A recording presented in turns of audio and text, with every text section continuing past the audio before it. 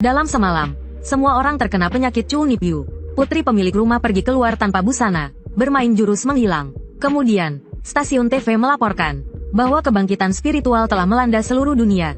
Semua orang membangkitkan kekuatan supernatural. Tak hanya ada yang membangkitkan kekuatan mengubah batu menjadi emas dan kekuatan api. Bahkan ada juga yang membangkitkan kekuatan untuk mengendalikan waktu dan memanggil sesuatu. Tapi di mataku, mereka terlihat seperti orang gila yang berkelahi dengan udara. Karena aku sama sekali tidak bisa melihat kekuatan supernatural mereka. Oleh karena itu, aku pergi ke psikiater. Setelah mendengar penjelasanku, dokter itu dengan serius mencoba membohongiku. Dengan mengatakan bahwa aku mungkin menderita sindrom pikun. Dan tidak bisa menerima hal-hal baru. Setelah menjelaskan beberapa hal dengan singkat, dia buru-buru mengusirku. Tetapi ketika aku sampai di pintu, suara dokter dari belakang membuatku terkejut selama 10.000 tahun. Dokter itu sedang mengedit otak dengan Photoshop.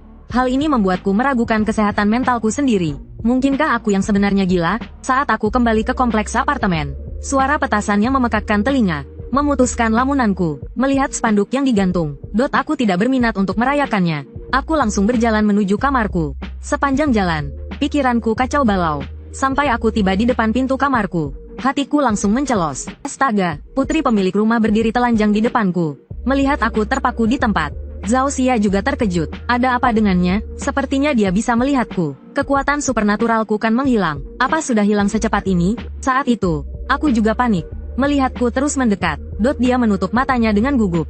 Untungnya, seekor tokek di belakangnya menyelamatkanku. Sebelum dia sempat bereaksi, aku membawa tokek itu kembali ke kamarku. Setelah kembali ke kamar, keringat dingin mengucur deras dari tubuhku. Jika pemilik rumah tahu aku melihat putrinya telanjang, dia pasti akan memotongku menjadi 8 bagian hari ini. Namun, sebelum aku sempat tenang, putri pemilik rumah itu bergegas masuk ke kamarku. Melihat putri pemilik rumah memeriksa sekeliling kamarku, jantungku berdebar kencang. Astaga, dia sangat hati-hati. Setelah semua ini, dia masih harus mengikutiku untuk memastikan. Memikirkan hal ini, aku mulai berakting, sambil memasukkan tokek ke dalam botol minuman keras. Aku bergumam, lagi pula dia hanya seorang gadis. Dia pasti tidak tahu apakah ini air atau minuman keras. Setelah mengatakan itu, aku berbalik dan duduk di sofa, berniat menonton pertandingan sepak bola untuk menenangkan diri. Sementara itu, Zhao Xia berbaring di atas meja dan mengamati untuk beberapa saat. Dan memang tidak menyadari bahwa botol itu hanya berisi air biasa. Tapi dia masih merasa tidak tenang. Lalu dia datang ke belakangku. Tidak, aku harus mencari cara memastikan sekali lagi apakah dia benar-benar tidak bisa melihatku. Mendengar suara di belakangku, aku tanpa sadar menegang. Astaga, kenapa dia belum pergi juga? Ini bukan serangan mental, tapi siksaan fisik dan mental. Melihatku menonton pertandingan dengan serius, putri pemilik rumah nekat. Dia datang ke depanku, dan tiba-tiba membuka lebar kedua tangannya. Melihat wanita cantik tepat di depanku, aku, yang sedang menahan diri, tiba-tiba berdiri. Yes, gol, kerja bagus. Mendengar itu, dia berbalik ke layar TV. Setelah melihat benar ada gol, dia merasa lega. Tepat sekali, sepertinya pria ini memang melihat layar TV melaluinya. Aku memang tak terlihat. Lalu dia pergi dengan langkah lebar, sampai aku mendengar suara pintu tertutup. Aku baru bisa lemas di sofa. Ya Tuhan, untungnya pertandingan ini siaran ulang. Setelah dia meninggalkan kamarku, tak lama kemudian terdengar keributan dari luar jendela. Melihat situasi di luar jendela, aku tak bisa tidak mengagumi betapa enaknya pekerjaan tetap. Namun, sedetik kemudian, putri pemilik rumah tiba-tiba menoleh ke arahku. Aku langsung menghindar ke samping karena takut. Tak lama kemudian, pintuku diketuk dengan keras. Saat aku membuka pintu, aku bertemu dengan pemilik rumah yang marah. Tanpa basa-basi, dia langsung menyeretku dan barang-barangku keluar. Melihat pemilik rumah yang mengusirku, aku langsung duduk dengan marah. Aduh, apa yang kau lakukan? Aku tidak menunggak sewa, tapi pemilik rumah tidak peduli. Tidak ada alasan. Putriku bilang kau tinggal di sini. Membuatnya merasa aneh, jadi dia tidak ingin melihatmu lagi. Cepat pergi. Aku hanya bisa pasrah mendengarnya. Jelas-jelas dia yang menggodaku. Kenapa aku yang harus menanggung akibatnya? Firasat keenam wanita ini sialan. Tak ada pilihan. Aku mengeluarkan ponselku untuk mencari rumah murah di sekitar sini. Aku segera melihat sebuah kamar di ponselku. Aku langsung duduk. Pusat kota. Sewa bulanan 500. Tapi sedetik kemudian aku berpikir lagi. Sewanya sangat murah. Apa mungkin berhantu? Tapi aku tak punya pilihan lain. Toh sudah begini, tak perlu takut lagi. Berpikir seperti itu, aku pun pergi. Kita lihat saja nanti. Tanpa sepengetahuannya, apartemen ini telah dikuasai oleh siluman kucing. Saat aku berangkat, 3 agen khusus sudah datang untuk menyelidiki. Namun, begitu mereka masuk, mereka langsung ditelan oleh siluman kucing itu. Seiring berjalannya waktu, aku segera sampai di depan apartemen. Melihat desain interiornya, aku tak bisa menahan kekagumanku. Dengan lokasi dan lingkungan seperti ini, sewa bulanannya pasti lebih dari 10.000. Tapi karena sudah sampai di sini, aku tetap mengetuk pintu. Tapi pintunya terbuka sendiri dengan bunyi krek. Melihat pintunya tidak terkunci, aku pun waspada dan melihat sekeliling. Melihat lobi yang gelap gulita, aku merasa merinding. Lorong ini bahkan tidak memiliki lampu. Namun, baru saja aku mengatakan itu. Halo, apakah Anda ingin menginap? Jantungku langsung berdebar kencang. Ini sangat mengejutkan. Namun, gadis itu melambaikan tangannya padaku dan berkata, sewa 500. Bisa dicicil. Ketakutanku langsung menghilang. Yang ada hanyalah mata berbinar-binar. Anda sungguh baik hati. Gadis itu pun mengajakku melihat kamar. Karena sekelilingnya gelap gulita, aku bertanya, maaf, apakah di sini sering mati lampu? Kenapa lampunya tidak dinyalakan? Mendengar itu, langkah kakinya terhenti. Beberapa saat kemudian, ia menekan saklar lampu. Lalu ia mengangkat tangannya ke arahku. Nah, ini kamarnya. Tiba-tiba, seekor kucing hitam melompat ke bahunya, dan terus menggeram ke arahku. Aku baru sadar kalau kucing ini takut cahaya. Tapi aku tidak peduli. Aku mengikuti pemilik apartemen masuk ke kamar. Tetapi, setelah aku dan pemilik apartemen masuk ke kamar, aura menyeramkan mulai muncul dari luar kamar. Melihat desain kamarnya, aku takjub. Dibandingkan dengan kandang merpatiku dulu, ini seperti istana. Sambil berkata begitu, aku menyentuh sofa yang mahal itu. Katanya sewa 500, dan bisa dicicil. Benarkah? Tanpa sepengetahuanku, di belakangku, gadis itu bersiap menerkamku dengan cakarnya. Tapi tiba-tiba ia berhenti. Ternyata aku sedang menggendong kucing hitam itu. Pantas saja tegangan listrik di sini tidak stabil. Ternyata kucingmu menggigit kabel listrik. Gadis itu terkejut. Orang ini dengan mudah menekan kekuatan silumanku, dan menstabilkan lingkungan yang berubah. Tapi dia tidak memiliki aura spiritual, dan tidak menyadari keanehan di sekitarnya. Ia segera menyimpulkan bahwa aku mungkin memiliki jimat pelindung. Saat itu, aku tidak menyadari niat tersembunyi pemilik apartemen. Setelah melihat-lihat, aku memutuskan untuk menyewa kamar ini. Tetapi, saat aku mendekati pemilik apartemen, alarm asap di kamar tiba-tiba berbunyi. Gadis itu segera mendekatiku, dan berkata, maaf, sepertinya ada masalah dengan detektor asap ini. Bagaimana kalau kamu mandi dulu? Mendengar itu, aku sedikit malu. Tapi kupikir, untuk 500.000, masa bodoh amat. Lalu aku berjalan menuju kamar mandi. Tapi tepat setelah aku menutup pintu kamar mandi, gadis itu menunjukkan wujud aslinya. Tunggu sampai kau telanjang. Aku tak percaya aku tak bisa mengalahkanmu. Saat aku sedang mengagumi kamar mandi yang mewah ini, pintu kamar mandi tiba-tiba terbuka. Ketika aku melihat dengan jelas apa yang ada di depanku, hidungku hampir mimisan. Baru saja lolos dari rayuan putri pemilik rumah. Sekarang muncul lagi cosplay pemilik rumah wanita. Tapi sedetik kemudian aku menggelengkan kepala. Bagaimanapun, ketampananku ini belum sampai membuat orang jatuh cinta pada pandangan pertama. Maka aku segera menutupi dadaku. Namun, melihat pemilik rumah yang terus berjalan ke arahku, aku merasa ingin menangis. Bisakah kita bicara setelah aku berpakaian? Mendengar itu, pemilik rumah langsung terlihat waspada. Mau ambil baju? Ternyata kau punya jimat untuk melawan aku. Setelah mengatakan itu, cakar kanannya tiba-tiba melempar pakaianku ke samping, dan kucing di sampingnya langsung menggigit bajuku dan keluar dari kamar mandi. Melihat pakaianku dibawa pergi, aku segera mengejarnya, tapi pemilik rumah menghalangi jalanku lagi. Jangan coba lari, kau tak bisa lolos. Setelah mengatakan itu, dia menerjangku. Tapi entah kenapa, karena insting, dia tiba-tiba mundur selangkah dan gagal menerjangku. Melihat pemilik rumah yang masih di tempat, aku segera berteriak, Nona, jangan macam-macam ya. Namun, semakin aku seperti itu, siluman kucing itu semakin ingin melahap jiwaku.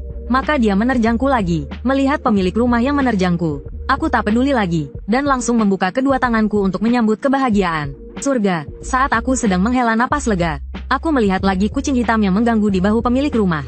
Maka aku langsung melemparnya keluar.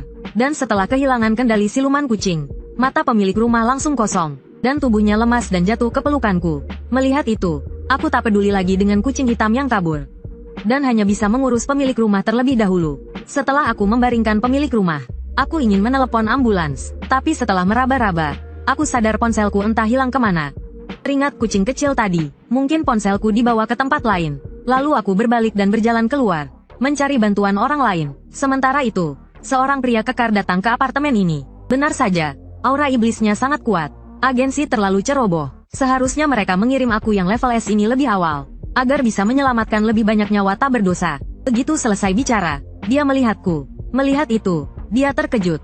Melihatku terus berjalan ke arahnya untuk meminjam ponsel. Dia langsung menyimpulkan bahwa aku adalah umpan di apartemen ini. Lalu, Meskipun dia tampak tenang sambil mengeluarkan ponselnya, diam-diam dia berencana untuk menangkapku. Saat aku menerima ponselnya, dia langsung meraih tanganku. Perkenalkan, aku adalah pengguna kekuatan tingkat S dari Biro Kekuatan Super, Guntur. Setelah mengatakan itu, dia menggunakan kekuatannya padaku. Tapi melihat seluruh tubuhku tidak memiliki aura iblis, dia menyadari bahwa aku hanya orang biasa. Jadi dia berencana untuk membuatku lumpuh dengan listrik. Tapi setelah dia melepaskan tanganku, aku hanya merasakan lengan yang dicengkeramnya pegal. Jujur saja, aku benar-benar tidak ingin berurusan dengan orang gila ini. Setelah melepaskanku, dia berjalan menuju apartemen. Mengingat pemilik apartemen masih terbaring telanjang di dalam, aku bergegas menghalangi pria itu. Tanpa diduga, gerakanku mengejutkannya. Tidak kusangka aku masih bisa hidup dan sehat setelah tersambar petir. Dia pun kembali bersiap. Tadi aku lengah. Kali ini aku tidak akan menahan diri. Kali ini aku tidak akan main-main. Namun, melihatnya mulai mengoceh, aku merasa malu. Orang ini mengoceh apa lagi? Aku tidak melihat apa-apa. Dia sama seperti orang lain.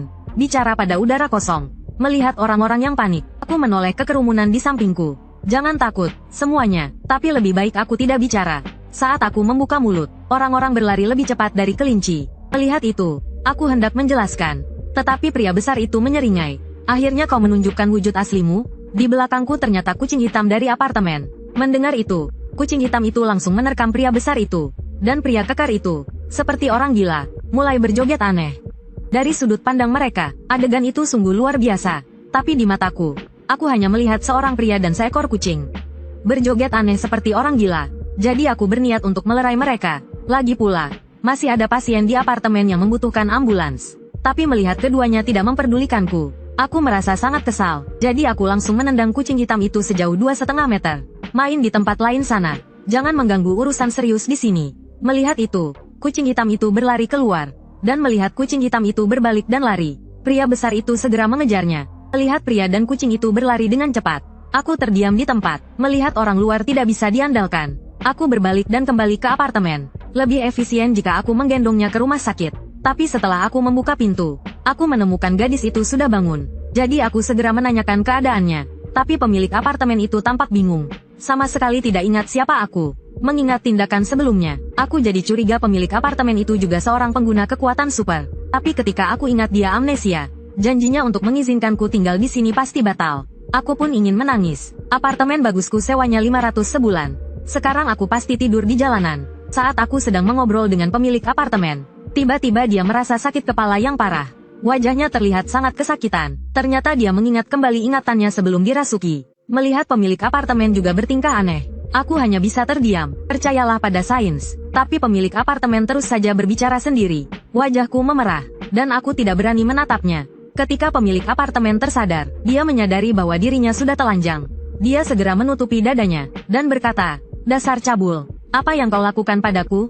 Aku diam-diam membalikkan badan, dan berkata, "Aku ini masih perjaka tulen. Aku tidak melakukan apapun padamu. Sebelum aku pingsan, setelah aku pingsan, apa kau melakukan sesuatu? Aku sungguh tidak melakukan apapun padamu. Aku menyelamatkanmu, dan kau malah mencurigaiku. Kau benar-benar menyakiti hatiku." Mendengar omelan pemilik apartemen, aku hanya bisa bersyukur bahwa tidak ada bukti yang tertinggal. Kalau tidak, aku tidak akan bisa membersihkan namaku. Tapi sedetik kemudian, pemilik apartemen mengatakan sesuatu yang mengejutkan. "Kalau kau tidak melakukan sesuatu yang salah, kenapa kau tidak berani menatapku?" Otakku langsung mendidih. Ya ampun. "Kak, kau kan tidak pakai baju. Bagaimana aku bisa menatapmu?" Tapi pemilik apartemen masih berpikir aku punya niat buruk. Berniat jahat. Tidak pakai baju tidak boleh dilihat. Dia kemudian mencolek pipiku, dan berkata, "Lebih baik kau ceritakan semuanya padaku. Tidak ada pilihan lain." Aku hanya bisa membalikkan badan, dan berkata, "Kalian saksinya. Aku ini pria terhormat." Dia memaksaku. Aku tidak mau melihat pemilik apartemen yang telanjang. Wajahku memerah. Iya, kau benar." Lalu aku menatap pemilik apartemen, dan bertanya, "Sebenarnya apa gunanya baju bagimu?" Pemilik apartemen menjawab, "Tentu saja untuk menghangatkan badan, dan juga untuk terlihat cantik, menarik lawan jenis." Lalu dia menyentuh dadaku, dan berkata, "Kalian manusia, tidak seperti kami, kaum kucing. Kami terlahir dengan bulu yang hangat dan indah. Kalian yang telanjang hanya bisa menggunakan pakaian sebagai penggantinya." Kasihan. Mendengar itu, otakku yang baru saja tenang hampir mendidih lagi. "Apa maksudmu, kalian manusia?" Pemilik apartemen langsung menggaruk pipinya, dan berkata, "Aduh, kebawa ngomong." Melihat pemilik apartemen yang bahkan pengetahuan umumnya telah diubah oleh siluman kucing, Aku kembali termenung, khawatir ibu kos kedinginan. Aku berbalik untuk mencarikannya selimut. Tapi saat aku membuka pintu kamar nomor 7, pemandangan di depan mataku membuatku terkejut. Astaga, apa-apaan ini? Ruangan yang besar itu penuh dengan orang yang terbaring. Keesokan paginya, para dokter berjas putih berlalu lalang keluar masuk apartemen sambil membawa tandu. Kejadian ini menarik perhatian banyak ibu-ibu dan bapak-bapak yang penasaran. Melihat para ibu-ibu yang bergosip, ibu kos buru-buru bersuara demi reputasi apartemennya. Tidak ada yang meninggal, jangan bicara sembarangan, petugas Biro Kemampuan Khusus bilang. Mereka hanya kehilangan kesadaran sementara. Hanya pingsan, tapi ibu-ibu itu tidak peduli. Siapa tahu nanti ada yang meninggal? Betul, betul, saat itu, aku melihat pria berotot yang kemarin berdansa dengan kucing. Aku langsung ingin kabur, tapi pria itu, Lei, tiba-tiba berbalik dan melihatku. Dia langsung berjalan ke arahku dan mengulurkan tangannya dengan hormat. Aku sebenarnya ingin dia menjauh dariku. Tapi Lei terus berbicara, terima kasih atas bantuan tuan kemarin. Kalau tidak, pasti akan terjadi pertempuran besar. Teringat dansa pria itu dengan kucing. Rasanya kepalaku pusing. Detik berikutnya, Lei merangkul pundakku. Tuan Zhang, Lei punya permintaan. Semoga Anda berbesar hati untuk memaafkan kesalahan kecil saya. Maukah Anda bergabung dengan Biro Kemampuan Khusus kami? Aku langsung melambaikan tangan. Anda salah orang, jangan mendekat. Aku langsung lari, mengabaikan Lei yang masih membujukku. Bercanda saja. Siapa yang mau ke tempat seperti itu? Tidak lama kemudian, aku bertemu ibu kosku tersayang. Melihatnya cemberut, aku menghampirinya. Mendengar suaraku, dia langsung berubah ekspresi. Melihatmu, aku jadi tidak cemberut lagi. Lalu dia mulai memainkan kalkulator. Beberapa saat kemudian, dia menunjukkan ponselnya padaku. Aku beritahu kamu, mulai sekarang, sewa kamarmu naik jadi 35.000 per bulan. Aku terkejut, bukankah kita sepakat 500? Kenapa tiba-tiba naik sebanyak ini? Ibu ingkar janji. Cepat sekali. Ibu kos hanya bisa pasrah. Sekarang hanya aku satu-satunya penghuni apartemennya. Jadi dia hanya bisa meminta uang padaku. Aku juga langsung lemas. Memangnya salahku? Ibu mau memerasku sendirian? Semua gara-gara aku? Ya, memangnya kamu yang menghidupiku. Jadi, kamu harus menanggungku. Mendengar itu, wajahku langsung memerah. Sepertinya akal sehatnya belum pulih. Melihatku terdiam, ibu kos berbalik. Tapi karena kamu sudah menolongku, bulan ini biar aku yang menanggungmu. Harga baru berlaku mulai bulan depan. Oke, aku hanya bisa menjawab dengan pasrah. Setelah itu, aku kembali melihat ponselku. Lebih baik aku cari rumah baru bulan ini. Tapi saat aku sibuk mencari rumah, Lei Ting diam-diam datang di belakangku. Melihat aku khawatir tentang rumah, dia langsung menawarkan gaji tinggi, 1 juta. Dia menjelaskan itu adalah gaji dari Biro Kemampuan Khusus. Dan minimal 1 juta. Mendengar itu, aku langsung bersemangat dan langsung menghampiri Lei Ting. Melihat itu, dia tersenyum dalam hati. Tapi aku yakin, 1 juta hanyalah uang kecil untuk Tuan Ye. Bagaimanapun, kemampuan Anda jauh melebihi level S. Mendengar itu, aku mengelus daguku. Berapa gaji pengguna kemampuan level terendah? Level terendah adalah C. Gajinya 100.000. Tentu saja, itu semua tidak ada hubungannya dengan Tuan Ye. Semua itu tidak berlaku untuk Tuan Ye. Setelah berpikir sejenak, mataku berbinar-binar. Melihat ekspresiku, Lei Ting segera menjelaskan. Tuan Ye hanya memiliki kemampuan tidak terlalu berguna. Akan dinilai level C. Biro tidak terlalu memperhatikan, apalagi melatih. Memberi sedikit uang hanya untuk mencegah mereka membuat masalah. Tapi saat ini aku mengelus daguku. Level C paling aman. Tidak ada yang memperhatikan dan tetap dapat uang. Bahkan jika Singkun si gila mengetahui aku tidak punya kemampuan, tidak akan terlalu buruk. Memikirkan itu, aku tersenyum lebar. Tidak melakukan apa-apa dan dapat 100.000. Sungguh menyenangkan. Setelah berpikir sejenak, aku setuju dengan ajakan Lei Ting dan memintanya untuk mendaftarkanku sebagai level C. Meskipun bingung, Lei Ting tersenyum dalam hati. Bodoh amat. Bawa dia ke Biro Kemampuan Khusus dulu. Setelah itu, Lei Ting membawaku ke sebuah sudut.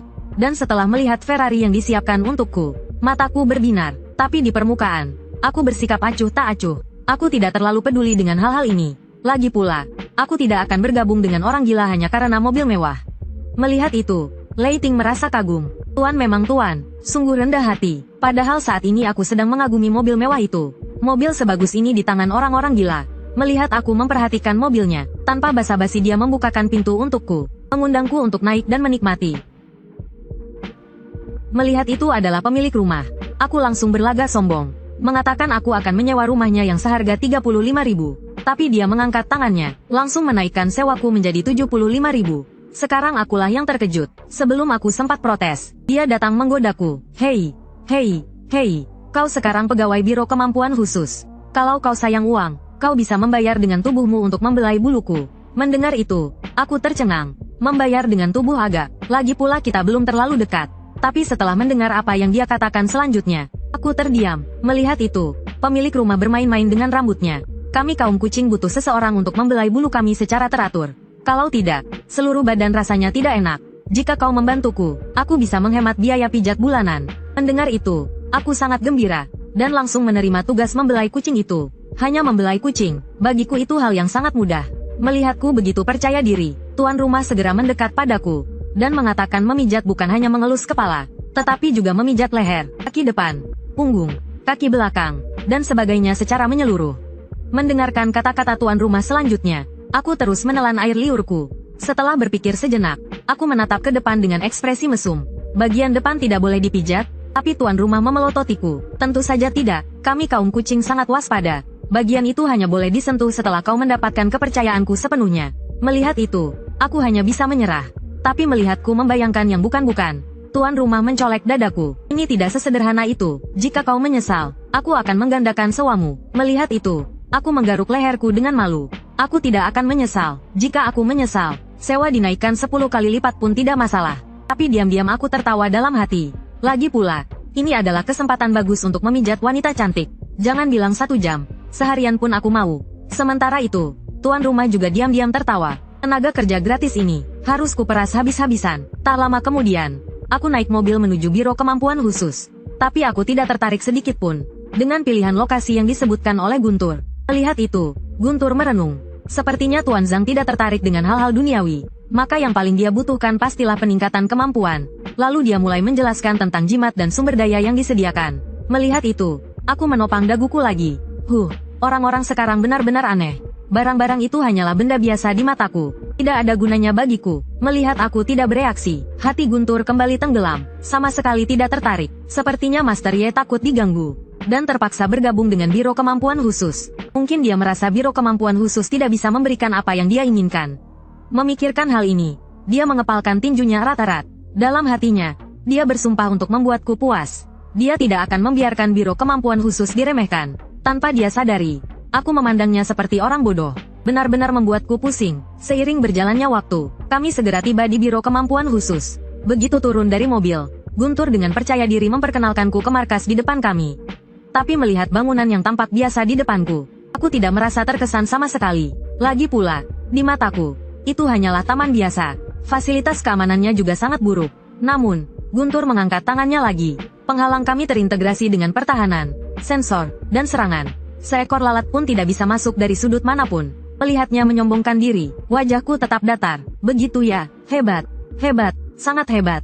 Sambil berbicara, dia membawaku ke dalam biro kemampuan khusus. Sambil berjalan, dia menjelaskan situasi di depanku. Mendengarkan kata-katanya, aku merasa malu. Astaga, kupikir hanya aku yang gila. Ternyata seluruh dunia mulai gila.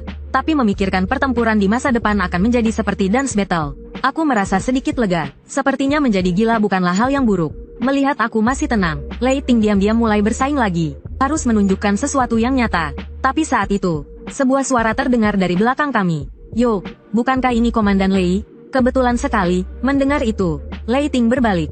Komandan Yang, kau juga baru kembali? Setelah menyapa, dia mengalihkan pandangannya padaku. Wajah ini agak asing. Mendengar itu, Lei Ting mengangkat tangannya dan saling memperkenalkan kami. Tapi setelah mendengar nama orang di depanku, kata-kata keluar dari mulutku. Namamu Yang Jiansan? Kenapa? Kau pernah dengar namaku? Belum pernah. Aku hanya merasa nama itu agak kurang cocok denganmu. Mengikuti pandanganku, orang di depanku bukanlah pria kasar, melainkan seorang gadis kecil berambut putih. Mendengar itu, Lei Ting bingung. Kenapa tidak cocok? Lihat ototnya, wajah perseginya, jenggot tebalnya yang seksi dan berwibawa. Hanya dengan berdiri di sana, dia seperti gunung. Aku kembali merasa malu. Ya ampun, orang ini tidak hanya bodoh, tapi juga buta. Otot dan jenggot, apanya? Jelas-jelas gadis kecil yang cantik dan imut. Dikatakannya seperti raksasa setinggi 2,5 meter. Melihat aku tidak menjawab, gadis kecil berambut putih itu mengangkat dagunya, dan mulai bertanya tentang kemampuanku. Mendengar itu, aku berpikir, sepertinya dia pasti menggunakan kemampuannya untuk menyembunyikan penampilan aslinya. Lalu aku menjawabnya dengan santai, mengatakan bahwa aku hanya pengguna kemampuan tingkat C biasa. Mendengar itu, gadis kecil itu langsung menatap Lei Ting. Benarkah, pengguna tingkat C sampai membuat pengguna tingkat S sepertimu menjemputnya? Ah, iya, aku sedang menjalankan misi, dan kebetulan bertemu dengannya, jadi aku membawanya sekalian. Namun, Gadis kecil berambut putih itu berpikir, jika aku bisa melihat wujud aslinya, kemampuanku pasti tidak sesederhana tingkat C. Melihat komandan yang diam, Lei Ting menepuk pundakku. Lebih baik kau yang bicara padanya. Lalu dia sengaja merendahkan suaranya. Cepat, cepat, sebelum aku keceplosan. Aku hanya bisa berdeham, mengatakan kemampuanku hanya membaca wajah tingkat C. Mendengar itu, gadis kecil itu terkejut. Membaca wajah tingkat C, jika dilatih menjadi tingkat S. Bukankah dia bisa menjadi peramal masa depan? Melihat ini, Lei Ting mengangguk-angguk. Namun, dia termasuk jenis manusia berkemampuan bawaan.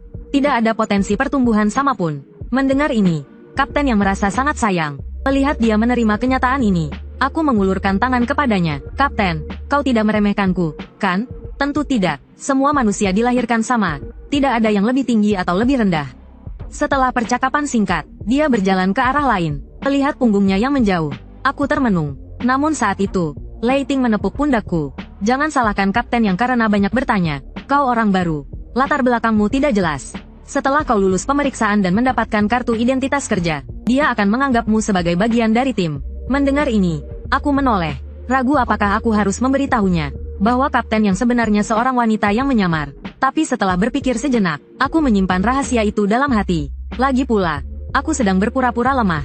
Jika aku mengatakannya, bagaimana aku bisa tetap menjadi orang biasa? Memikirkan hal ini, aku mengangkat tanganku. Sebaiknya kita urus dulu prosedur masuk kerja untuk manusia berkemampuan tingkat C.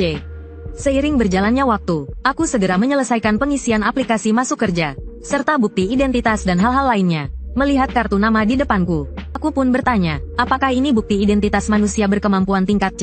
Namun, Lei Ting menggelengkan kepala, menandakan bahwa yang aku pegang hanyalah bukti kelulusan pemeriksaan. Untuk sertifikasi, masih harus pergi ke lembaga khusus. Mendengar itu, aku berbalik dan hendak pergi. Namun, Lei Ting menghentikanku. Dia menarikku ke suatu tempat. Ikut aku. Itu harta pusaka biro kemampuan. Sudut bibirnya terangkat. Aku akan menunjukkan padanya benda bagus yang sebenarnya. Dengan begitu, dia akan menyerah menjadi manusia berkemampuan tingkat C. Melihat ini, aku merasa tidak bisa berkata-kata. Dia masih belum menyerah. Sebelum aku sempat bicara, Lei Ting mengangkat tangannya lagi, berbicara tentang harta pusaka negara yang dimiliki biro kemampuan. Selain sebagian yang dikumpulkan oleh Akademi Tianji, sebagian lainnya didistribusikan ke sini. Melihat gudang harta di depanku, ternyata tidak ada penjaga satupun. Aku merasa bingung. Melihat itu, Lei Ting menoleh. Kau ingin bertanya kenapa tidak ada penjaga, kan? Sebenarnya, adanya penghalang saja sudah cukup. Lagi pula, artefak suci akan secara otomatis memancarkan aura kewibawaan. Orang biasa tidak bisa mendekat. Kapten Yang, dan pengawas yang memegang kunci, bagaimana kalian bisa ada di sini? Kapten yang bilang menerima informasi bahwa seseorang berniat jahat terhadap artefak suci. Jadi, dia membawa kami ke sini untuk memeriksa kondisi setiap penghalang pertahanan di sini. Mendengar itu, Lei Ting merasa bingung. Lagi pula, berkumpulnya para pengawas harus dilaporkan ke Akademi Tianji. Namun, tatapan kapten yang saat itu sangat dingin, menyatakan bahwa mereka hanya menjalankan perintah. Prosedur selanjutnya bisa menyusul. Melihat beberapa pengawas menghormati Kapten Yang, aku juga termenung. Jika dia benar-benar masuk, kurasa selain 7 pengawas guntur juga akan sial. Saat memikirkan itu, komandan yang datang ke arah kami dan 7. Dia meminta kami untuk minggir. Mendengar itu, wajah guntur dipenuhi keringat dingin. Oh, baik. Silakan, Komandan Yang. Setelah kalian selesai memeriksa, aku akan membawa orang baru untuk melihat artefaknya. Baiklah, aku akan membawa orang-orangku untuk memeriksanya secara detail. Setelah mengatakan itu, dia memerintahkan keempat pengawas untuk membuka pintu brankas. Melihat situasi ini, hatiku tenggelam. Kemungkinan besar wanita ini datang untuk mencuri artefak 7. Memikirkan apakah akan membantu atau tidak menjadi masalah besar bagiku. Aku tidak ingin masalah ini menjadi rumit.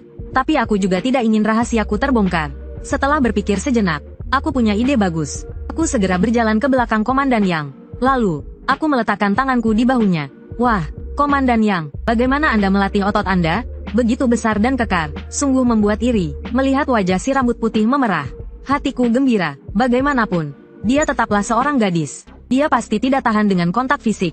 Demi pekerjaan, aku benar-benar telah berkorban banyak.